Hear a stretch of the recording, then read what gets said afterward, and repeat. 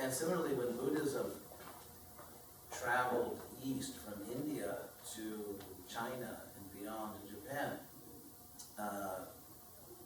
in the luggage, traveling east, was this great rational, logical, philosophical tradition, which had a tremendous impact in the Far East. So, if you look at the sources of philosophy, science, reason, and just trying to be objective and fair about understanding the world, at its roots, these traditions always understood that there has to be some way of also expanding consciousness, because at a certain level of consciousness you can only understand so much. And some things we just can't understand unless our minds open and we come to a higher level of consciousness. And so, perhaps if you look at all world religions and world spiritual traditions, one of the most powerful means of doing this, of elevating consciousness, was through sound. And of course, the ancient Sanskrit word for a sound that you meditate on is mantra, which is now a mantra. And those are very much part of yoga. So, I thought we could begin musically. Wake up to the sound of music. And so, chanting one of what's called the Maha Mantra, the great mantra. Maha in Sanskrit, of course, in Latin becomes Magna, as in Magna Carta. So this great Sanskrit tradition is an Indo-European tradition. It's very much part of the foundation of our own Western civilization. Although it now seems foreign to us, and in some ways is. But actually, if you go back in time, by learning about this ancient wisdom and chanting these mantras, we're really going back to the roots of our own Western civilization. So, following in the footsteps of great spiritual teachers, if you know George Harrison's song, My Sweet Lord, we're going to chant Hare Krishna. Perhaps we could do it responsibly once. It's very simple, it's only 3 words. I'll tell you what you're chanting, so make sure you don't lose your soul or go mad. And that is the first word, Hare, is a false statement. Vocative, feminine, nominative case. Anyway, it's a Sanskrit word which means it's an address to the feminine aspect of the Absolute Truth. If you go back to ancient traditions, even in the Dead Sea Scrolls, actually, you find that the Absolute Truth was conceived of as, thank God, masculine and feminine. And that the masculine and feminine, which plays such a prominent role in our world, comes from God. So that that natural attraction, that natural complementary sense of completing oneself in this female-male thing that goes on down here, actually originally exists in a pure spiritual form. And so the desire we have to find, say, true love, pure love, some of the songs are great. People still listen to it. I have no idea what's going on. I'm afraid to say anything more involving appliances because I'm so but anyway, music that you hear, however you source your music. How are you? Come on in. Still a few good seats left. So, anyway, that natural desire for a perfect relationship, for pure love, to perfectly complete oneself in a relationship, in the ancient Vedic tradition, we find that existed originally in the Absolute. Therefore, if you look at what is today called Hinduism, and that's a somewhat modern term, there's a whole history of that word to talk about, but apart from that, you find, for example, Radha Krishna, Sita Ram. We just had Ram Navami. Sita Ram, or Sati and Shiva Shakti, and so on. There's always the concept of a couple, the divine couple, being we could always say, the platonic form of love in this world. So anyway, so Hare, in the Hare Krishna mantra, Hare, in Sanskrit, without going all the grammar here, but it can mean either the vocative, well, I'll keep my word, not going to grammar, but is understood to mean an address to the feminine aspect, the Absolute Truth. Ultimately, in the highest sense, is conceived of as Radha. Or here,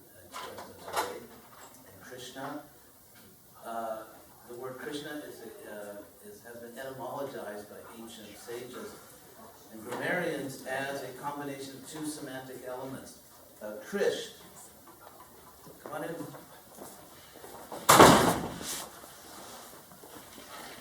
No problem. More the merrier.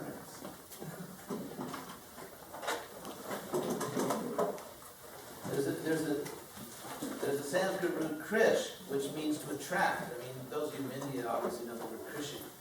Agriculture, literally plowing, like pulling, krishi. And just like in English, think of the relation between the word krish, English. Think of the relation in English between the word traction, like a tractor, and attraction. If you know German, it's the same thing. Right? In almost all Western languages. Latin languages, Traktion, Attraction, or Ziehung, Anziehung in German. So what's the relation? Why should attraction be so close to the word for tractor, like traction? The idea is, in Sanskrit, same thing, krishi. The idea is that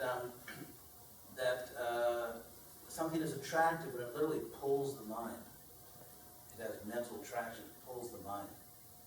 Like, for example, let's say just an absurdly good-looking person walked into the room, people just naturally look. It's not a rational choice. It's just your mind is just pulled, just like a tractor pulls things. So our mind is just pulled, mental attraction. So that's what it means to be attractive. And so the word krish in Sanskrit has both those meanings, attraction and attraction. And so, and na is an abbreviation of the Sanskrit root nan, which indicates pleasure, experiencing the pleasure, giving the pleasure, as in the word ananda, the yoga traditions. And so Krishna has been understood by sages and acharyas, teachers, as meaning that God is the source of all pleasure, and God is infinitely attractive. So this is a very positive sense of God. No need for 12-step anger management programs or anything. So, I mean, God actually doesn't need 12-step programs for jealousy or anger. God was actually infinitely beautiful and the source of all pleasure. And Rama also means source of spiritual happiness. There's a verse, in fact, Ramante Yogino Ananti. The yogis, or the spiritual practitioners, find pleasure in the infinite. The simple idea here is that if we seek satisfaction in a finite object, then necessarily our satisfaction will be finite. And people find that all the time in relationships, and orphans are often, where is it? Where's the car going to go? Baby, where's the car? So that's the idea. But if we fall in love with an infinite object, if we fall in love with something which is infinite, then our pleasure is infinite. And so we have an unlimited capacity to experience pleasure and happiness. But if we seek pleasure from a limited object, then our happiness is limited. This doesn't mean we should give up all human relationships. It rather means that in the sense of karma yoga, if our relationships are ultimately focused on the infinite, then even our human relationships become unlimited. So anyway, those three words, Hare, Krishna, and Rama.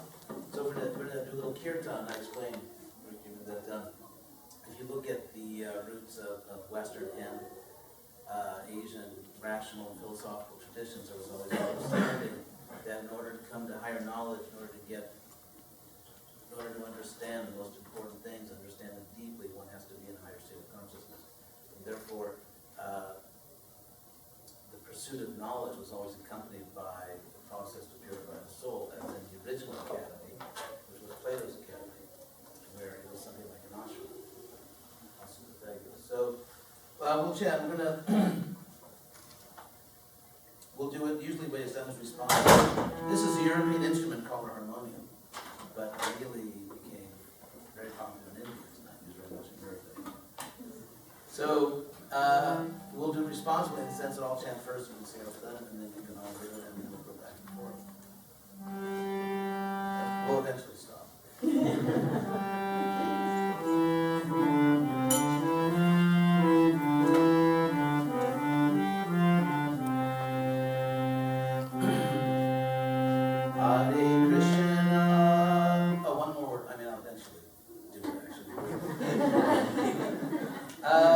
Chanting this, there's no need to sound. Power is actually the sound, which is called Shabda Brahma, or spiritual sound. And so if you just hear the sound, you'll naturally have the experience just by focusing on the sound itself. Hare Krishna, Hare Krishna, Krishna Krishna, Hare Hare, Hare Rama, Hare Rama, Rama Rama, Hare Hare. Everybody. Hare Krishna, Krishna Krishna, Hare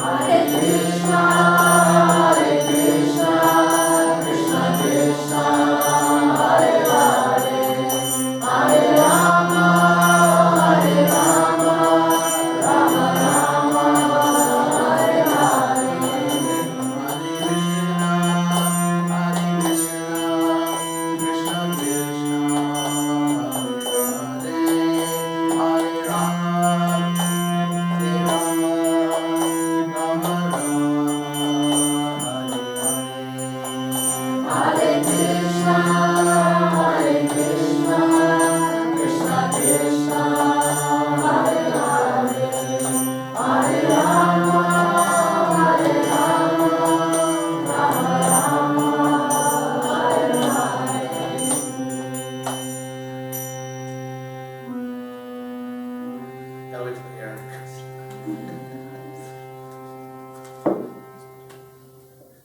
Thank you very much. Thanks for coming. So, the topic tonight was sex, food, and higher consciousness.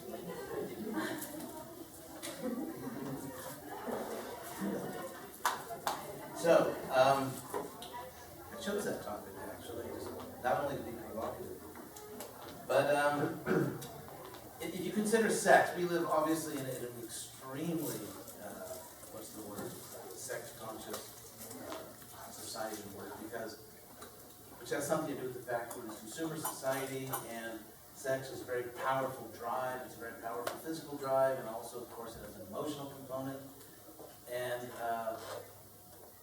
people have discovered that you can try to arouse this desire and then channel it so that people buy products like, I don't know, telephones, cars, trips, or whatever.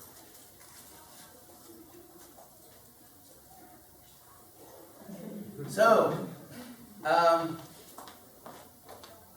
and then food, which is obviously another very powerful need. You know, the need, there's a sexual drive, there's a need for food, and so on. And so, what does this have to do with higher consciousness? Obviously, these desires are material, bodily desires. And so if you look at the history of the world, if you look at the intellectual history, the philosophical, spiritual, religious history of the world, there's always been this tension, this conflict between the two dimensions of our existence. On the one hand, we really do have human bodies. I mean, maybe some ghosts here, disembodied spirits. At least most of you here have physical bodies. So we have these physical bodies. The bodies have needs, they have desires, they have impulses and urges and so on. And yet at the same time, well, for one thing, we have higher principles. For example, it's illegal to rape someone, it's illegal to kill someone. So we can't, even at a very simple level, a civilized human being knows that you can't simply give in to the bodily urges. You have to, I mean, let's say you're hungry, you can't just walk up to another student and grab their food and start eating it. And so, in a sense, civilization means the civilizing of these powerful bodily urges, which, if unsatisfied, lead to anger and violence. It's interesting that there's a great ancient epic called the Mahabharata. You know, it's a great epic narrative of ancient India, along with the Ramayana, and it's the ancient history of that region of the world.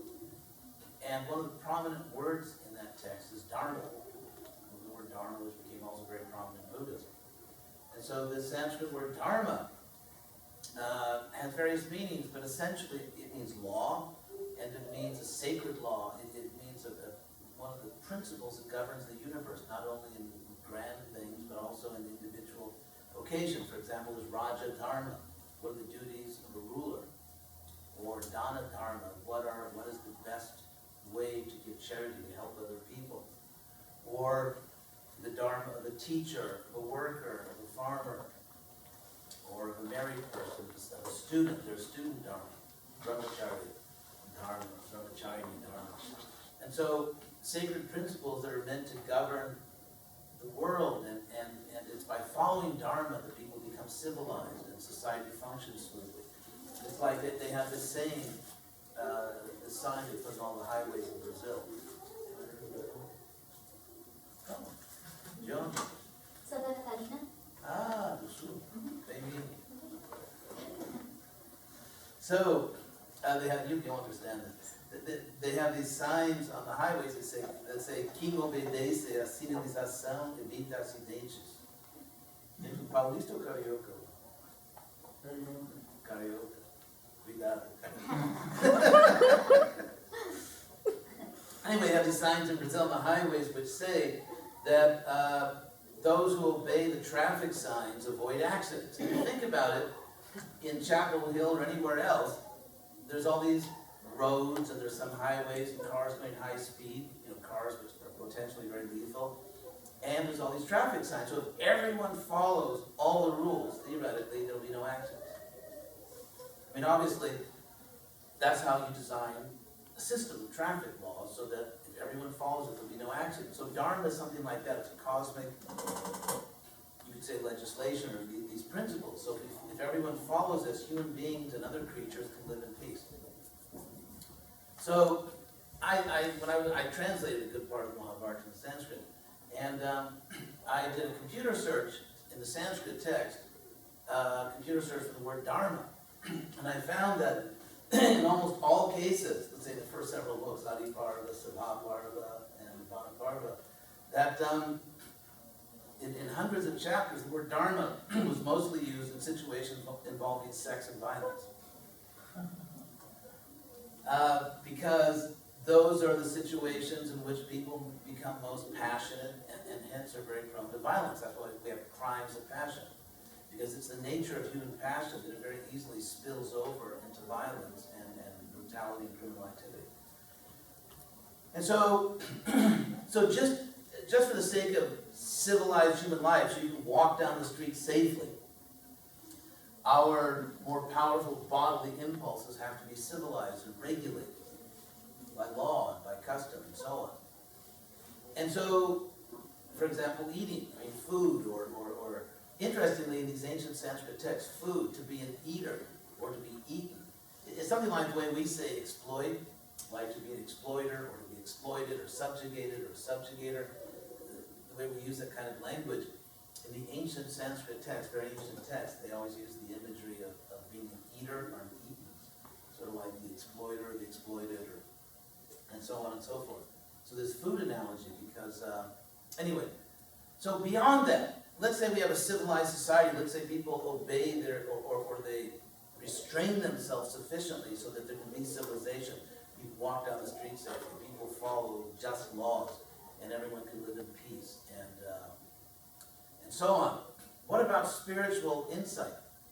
Is a civilized person necessarily enlightened?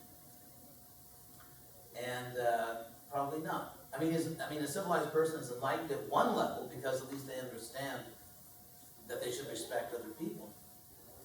But human beings have always understood when they're thinking, when they're paying attention to life, that there's actually something beyond the merely physical. That even if you are a good citizen, you stop at the red, go at the green, and you respect other people, and so on and so forth, still, what about the so-called higher things? What do we mean by higher things? Let's take the Bhagavad Gita. In Bhagavad Gita, Krishna in chapter 2, Krishna is the speaker of the Gita, gives a simple example to illustrate this. He says, Sanskrit sound, Dehi no asmin jatha dehi kumaram jogam jara, tatha dehantara prapya dhirastatra nuyati. Which means that just as in this body that we all have, we've experienced childhood. I mean, no one was born, none of you were born 18 years old, were you? And we were all born very young. So we've experienced infancy, childhood, adolescence, and then you become an adult. So the point Krishna is making is that through all those changes of body, you are the same person. And the body you had as a child did not simply grow into your adult body. It actually is a different body. I've been explaining this point, for example, that your skin, every 2 weeks, you have a new set of skin, every 2 weeks. So every 2 weeks, when you look in the mirror, you're actually not seeing the same face. And in that way, in approximately 7 years, so, the rule of thumb, divide your age by 7, and that's how many times you have already reincarnated. So people say, like, do you believe in reincarnation? We've actually already reincarnated, well, divide your age by 7, that's so many times. So, therefore, people all over the world, since very, very ancient times, people who were on the ball and paying attention, they stopped to think, well, wait a second, if the body is always changing, it's a different body, who am I? Who am I? Who am I? Who's the person who's experiencing the body? These changes of body. In fact, Heraclitus, the Greek philosopher, said you can't step in the same river twice. Because the second time it's actually a different river. The water's always flowing. So you can say that you cannot breathe in the same body twice.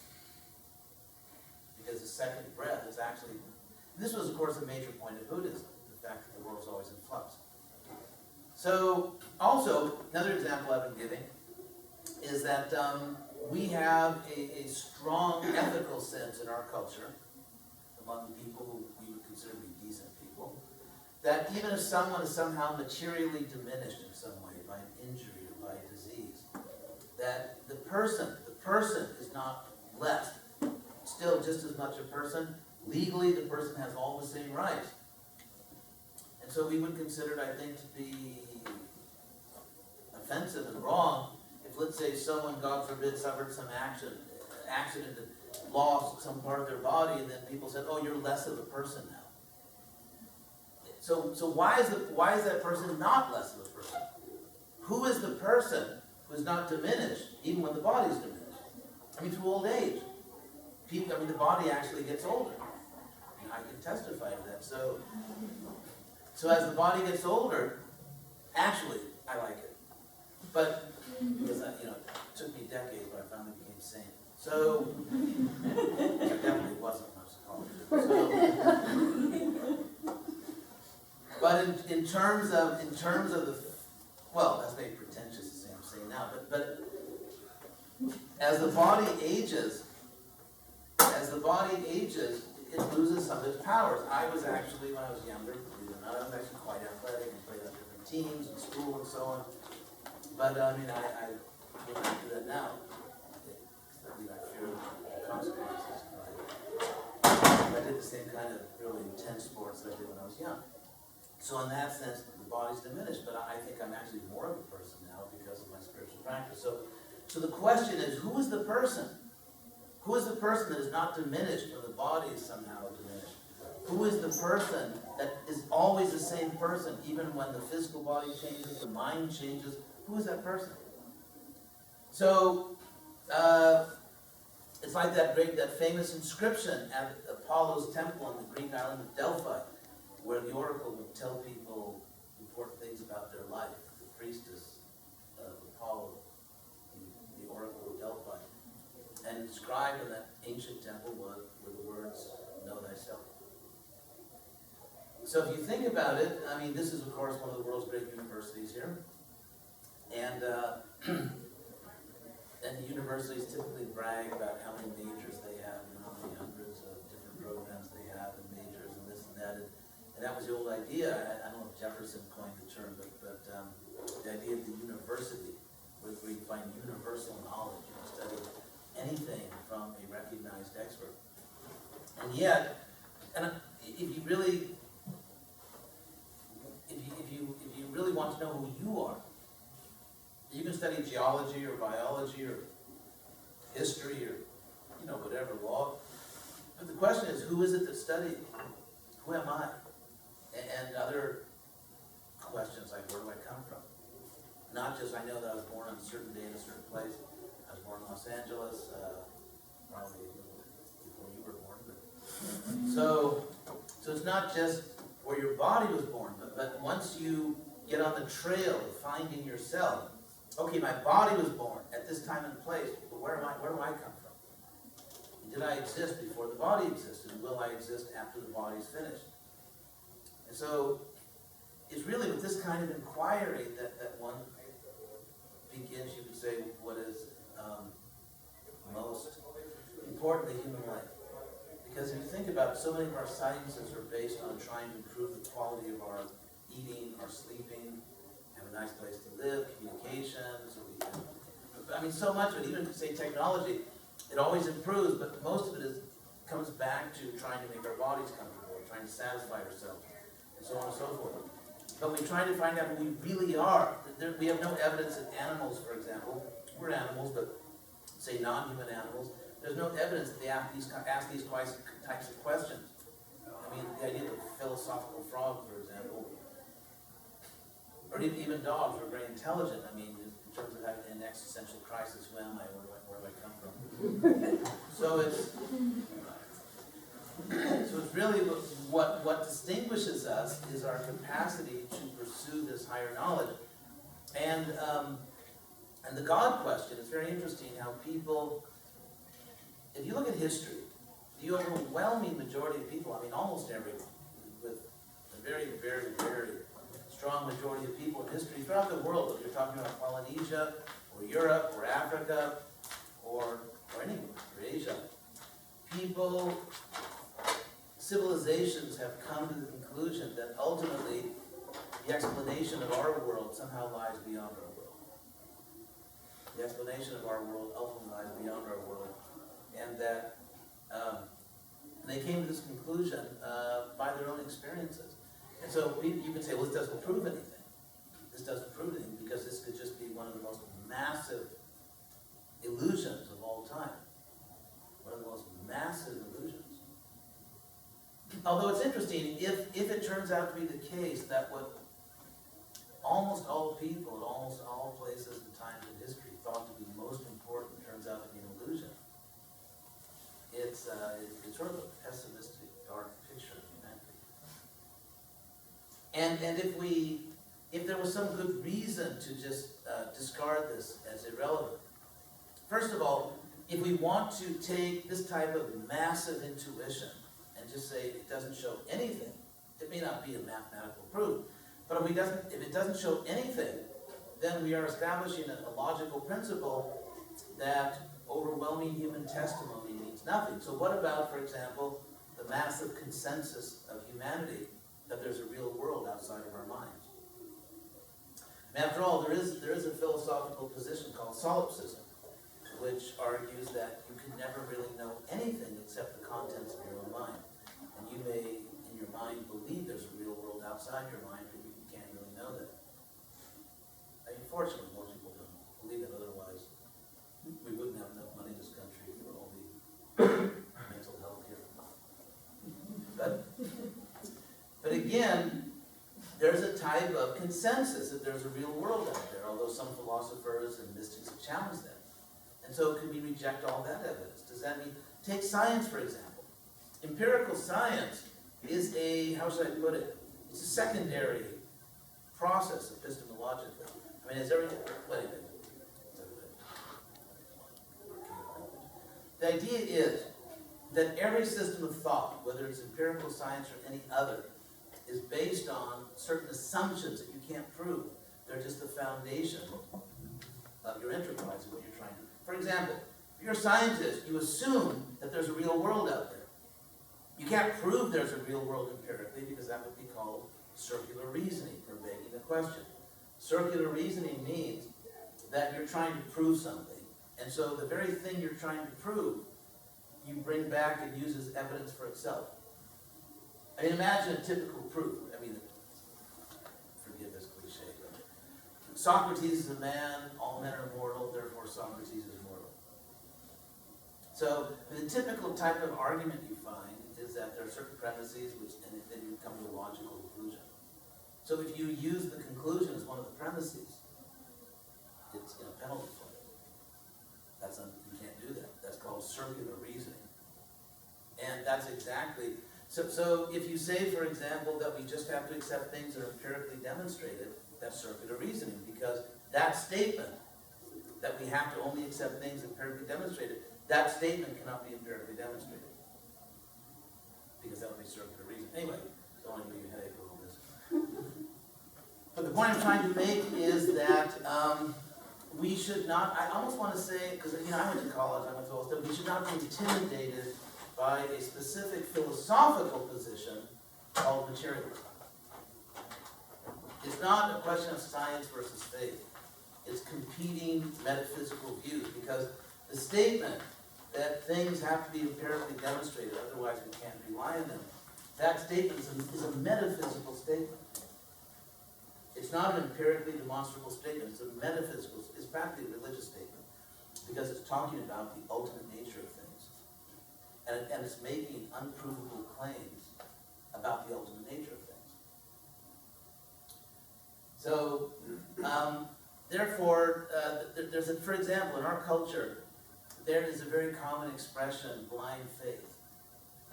And no one wants to be guilty of blind faith. It's very embarrassing if you've been caught indulging in blind faith. However, if our society was balanced, if our civilization was fair, we would also have a term blind doubt. Because you can fall into illusion by believing something that's not true or not believing something that is true. For example, let's say someone doubts that the earth is round, or someone doubts that the earth goes around the sun. Doubting what has been proved, doubting what is true, is just as dangerous as believing what's not true. So therefore, if our civilization was balanced and fair, we would have two equally prominent cliches, or not cliches, but terms, which would be blind faith and blind doubt. But we don't have an expression blind doubt. Why? Because at the present time in quote-unquote intellectual circles, doubt, especially about spiritual things, is respectable even if you don't have a good reason to doubt. Whereas faith is not respectable even if you have good reasons. And this represents the little, you could say, agnostic micro subculture which dominates the universities. Universities, if you look at the history of universities, they tend to be a little out of control. For example, decades after Sir Isaac Newton, did his wonders, the universities, all the great universities of Europe were still teaching Ptolemaic astronomy. Epicycles and all that. Why? Because of that heavy conservatism. So, in an age when huge numbers of people in America and everywhere else are really seriously interested in higher things, there's a type of methodological ground rules in much of scholarship which make it sort of not respectable to take that stuff seriously. And in fact, in public universities, I don't mean just to bash universities because they do many good things, but there's you can actually preach religion in American public universities. That's permitted if you preach it negatively. For example, let's take a simple example which hopefully won't offend anyone. Zeus, the Greek god of rain, thunder, lightning, and all that. First, a logical principle, and that is that if you affirm or deny a particular claim, the affirmation of the denial places you in the same realm of discourse. I'll explain what I mean. Let's say you're writing out an equation, algebra. So if the teacher marks that equation right or wrong, in both cases the teacher is making a claim about algebra. To say this equation is true or it's false is in both cases to claim to know algebra. So similarly, because it takes the same knowledge, for you to know that an equation is right or wrong, for you to know a word is spelled right or wrong, requires the same knowledge. You just have to know it. So in the same way, to say that a religious claim is right or wrong is to make a religious claim. To say that a religious claim is right or wrong. So for example, I can't tell you how many classes I took. I went to undergraduate, I was at Berkeley and UCLA, and then I went to Harvard for graduate school. And I just, you always hear, for example, that Zeus is not really, of course, the god of rain. We know that there is no Zeus, although how we know that is not clear. And it's because, in the ancient Greek world, people were frightened by thunder and lightning, and so therefore they thought, well, if we imagine they're gods and blah, blah. You've heard this myth before, the myth of how they came to believe these things. And so I've had many professors tell me that certain religious or shamans have visions, but that's all induced by drugs. It's all physiological, and so on and so forth. So, but if you deny a religious claim, or for example, the area of Hinduism, something like there's the avatar Rama, one of the great avatars in Hinduism. However, Rama was probably a village hero, and then the tale of this village hero got exaggerated, and eventually over time it got he got all kinds of I don't know what you call metaphysical upgrades, and eventually became a god. And so there isn't really a being named Rama who descends to the world and does all kinds of neat things. So if you deny a religious claim, you are making a religious claim. And you can do that in public universities. You can't say, though, that Zeus is the god of rain. If you say that, you better look for a new job. But if you say Zeus is not the god of rain, even though it's equally a religious claim, that's okay. So what we're experiencing, at least in the modern scholarship, is a huge bias toward agnosticism or atheism.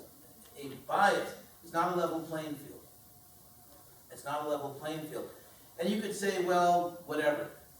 The problem is that according to all the wisdom traditions, all these great wisdom traditions, East and West, the real purpose of our life is to know ourselves and to find our real spiritual essence. And to find, you can call it God or the source of everything, whatever word doesn't trigger, bad childhood memories or something, but the idea is that to find the source. For example, if you're a physicist and you're looking for the one grand equation, what do they call it? Grand unified theories? If you're looking for an equation that explains all equations, that's considered to be high science. But if you're looking for an entity, a God, some kind of supreme consciousness that explains all individual consciousness, that's just faith and sentimental. But actually, so getting back to sex, food, and higher consciousness. I'm still lucid at my age, and I remember the topic, so at least for a few more years. So regarding sex and food, we obviously have to eat, and most people need some type of sexual satisfaction in their life. That's just the human condition. And so it's said that there are 3 states of moral development. Actually, the Greeks have this idea. There are 3 states of moral development, which is dialectical. In the first state, people have certain rules, like you should restrain yourself in certain ways, or sex and marriage, all these things. And then people come to a certain point and they say, why are we being encumbered by all this? This is crazy. It's just, there's no reason for all these things, that we should just do what we like, as long as we don't hurt other people. Although, what does it mean to hurt other people? It's like, you can, even though they do all these studies, scientific studies that show, for example, television is basically, is sort of wiping out generations of young kids, attention deficit, and the average Hollywood scientifically studies how long people can focus on one camera shot. Like, let's say you're watching a movie or television show, and you're seeing it through a camera, like straight on, a particular scene, at a certain distance from the object. And then at a certain point, the camera, they'll shift to another camera, they'll go back, or they'll go forward. And so they actually measure, they do tests, like how long can people concentrate on one shot. And it used to be like a couple of minutes, now it's down to 3 or 4 or 5 seconds. And so people are literally kind of being driven crazy by these things, and the link between violence in the media and violence in the real world, and so on and so forth. And yet, so is that harming people? Like to, let's say, put a lot of violence into the society to sort of scramble people's brains so they can't pay attention to things. But anyway, we know what's going on. In the world, how government works and all that. What do they say, that guns don't kill people? People kill people. Actually, both these things are not true. People with guns kill people. But, so if you want to understand yourself, if you want to really pursue the source of your own existence, then there is spiritual practice. It's like if you go to UNC, you want to go to a good graduate school, or you are in a good graduate school, there has to be discipline. You can't excel in any profession, whatever you choose for your life. You're not going to be really good at it unless you're disciplined, unless you really work at it. Spiritual life is no different. We want to come to higher consciousness. It's not cheap. It really requires discipline. You can't become an Olympic athlete if you just go and booze it up all night. And then during the day, sleep late, and you're not going to be an Olympic athlete. And so if we want to be like spiritual athletes, really come to higher consciousness, there's spiritual practice. So in Bhagavad Gita, the highest practice is called Bhakti Yoga. It's the disciplined practice of developing pure love. Because ultimately, on the spiritual platform, what do people do? I mean, pure love, I think we know, is really where it all leads. Pure love of God, pure love of all souls. And so there's a discipline, ancient discipline practice called Bhakti Yoga, and what we just did, chanting, or even this discussion we're having now is actually part of that practice. And so Shravanam Kirtanam. So by hearing, and so we're inviting you to look into this. We have books out there, and we're even starting actually projects going all around the Western world called Krishna West.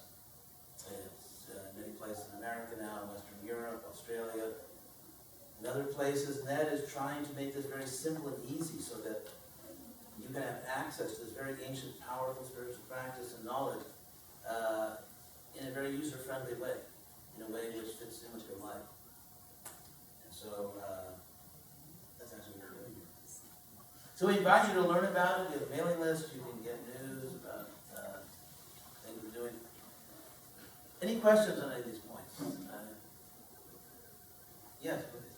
So to tie the title in to the presentation, are you basically suggesting that once our food needs are satisfied, once our sexual needs are satisfied, which are all temporal and constantly reoccurring, daily, hourly, however, whatever cycle we're in, that we'll eventually get to the point where we'll be able to consider these higher topics?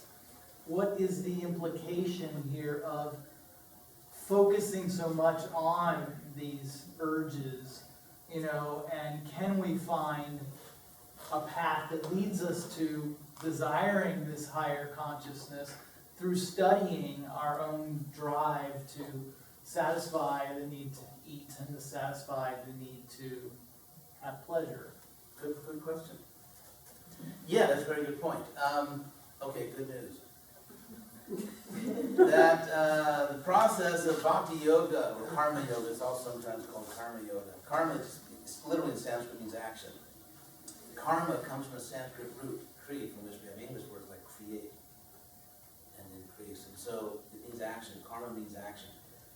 And Karma Yoga means you have to act in the world, including eating, sexual satisfaction. But the idea is these activities can be spiritualized. So it's not just about fasting, like don't eat, or never have sex. It's a question of finding a way to satisfy the body's basic needs spiritually. And the spiritual sense here is that we try to serve. We try to serve each other. We try to serve God. So, for example, sexuality. Obviously, the sexual organs are also called reproductive organs. And so that would be an example of how, in this ancient culture, sex is not considered bad. One thing about the ancient South Asian culture, they weren't squeamish about the human body. If you look at, the temple architecture, you know, these sculptures and everything, they were actually, it's a tropical country, women were often topless if you look at history. And the male reproductive organ, they actually was seen, could be conceived in some ways as a sacred object, in the sense of the Shiva Linga, or the yoni.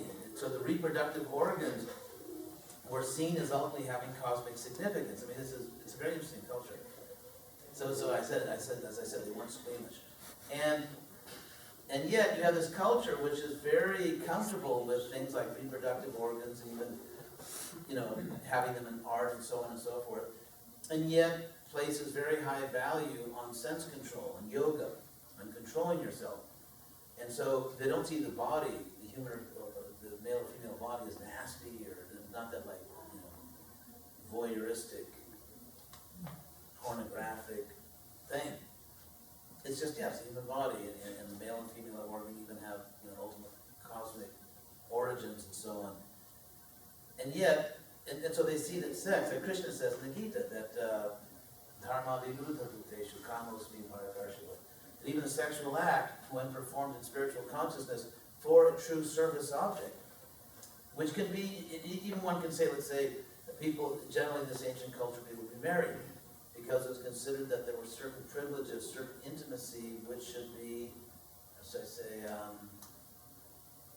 accompanied by true love. Accompanied by true love, and when there's real love, there's real commitment. And in a sense, it's by people really loving each other and committing to each other that intimacy becomes appropriate. So that's not obviously just an Indian idea, that was in many different places. And yet the sexual act itself can be spiritual under certain circumstances. Eating, by taking the food and making it offering. If you look at ancient civilization, whether it's Homer, the Iliad and the Odyssey, or the Vedas, or wherever, people everywhere in the world used to have the idea that you can't shoplift in the universe. In the sense that if you go into a store, take some food, just walk out, and alarm goes off. Hey, I didn't know I had to pay for this stuff. So the idea was that they had a sense that everything in the world is a gift. When it rains, that's a gift. When food grows, that's a gift. When we're able to harvest it, it's all a gift. The universe, you can say the universe, you can say God, but that everything we have is a gift, so you offer back. You show gratitude. And so there was a cycle. Krishna talks about a wheel, a cycle that's made to turn, of receiving and giving back in gratitude.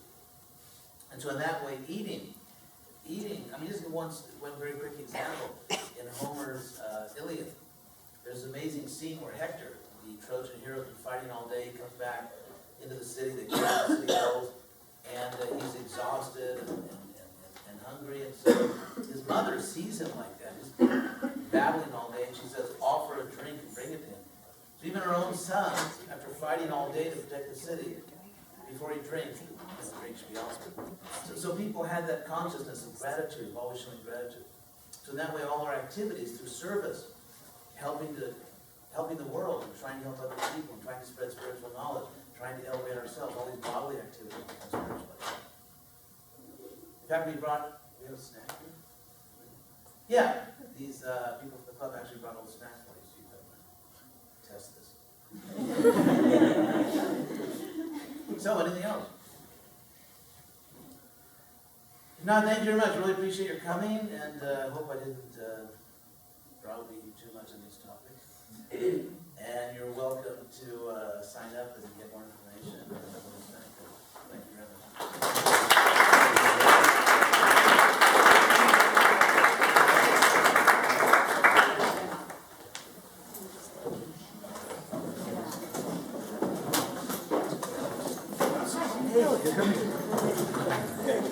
Oh, I know. I've got my heart. Sorry.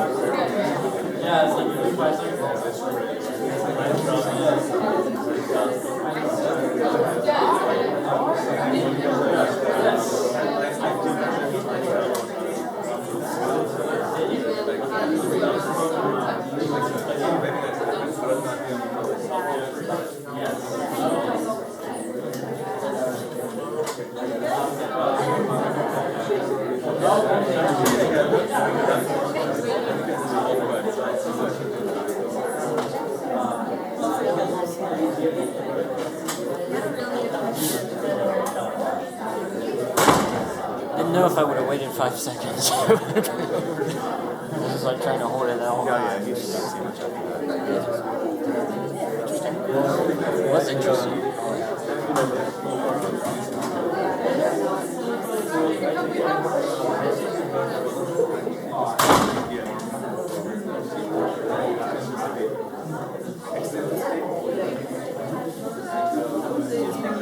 I think I'm gonna sample.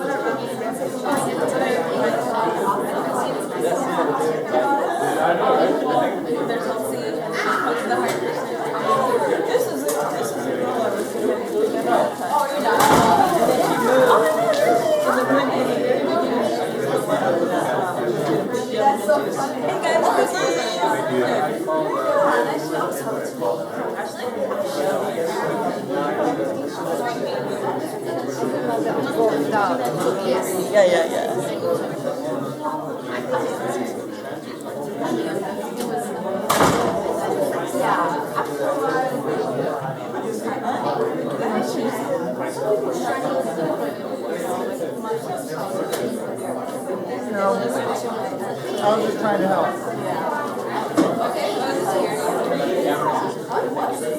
I wanted to ask more, but I didn't feel that I should ask more than one question.